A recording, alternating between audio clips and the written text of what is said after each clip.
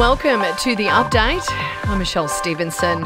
Well, from very early Saturday morning, anyone who lives or works in the 4 Sydney areas, including the City and Eastern Suburbs, will be subject to stay-at-home orders for at least a week. The lockdown has been ordered after another 22 COVID cases emerged, with all but 3 of those linked. Under the rules, people are allowed to leave their home for work or study, to shop for essentials, outdoor exercise, or on medical and compassionate grounds. Those rules apply to the cities of Sydney, Woollahra, Waverley and Randwick. Premier Gladys Berejiklian says a lockdown will help prevent further spread. This is in order for us to ensure this doesn't take a hold for weeks and weeks, and we believe this is a proportionate response to the risk. The other restrictions affecting the whole of Sydney are also being extended until at least next Friday night.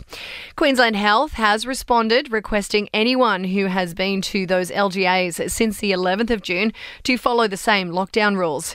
Meantime, the Queensland government has moved to strengthen its border pass system. It is over concerns that people from other parts of Sydney will head to northern New South Wales for the school holidays. Well, up to 100 customers of a Melbourne dry cleaners are being urged to get tested for COVID. 2 workers have since tested positive after one of the men attended a super spreading party in Sydney. Now, 126 passengers on Jetstar flight JQ523 from Sydney to Melbourne on Sunday evening have also been contacted. The second man's family has tested negative though.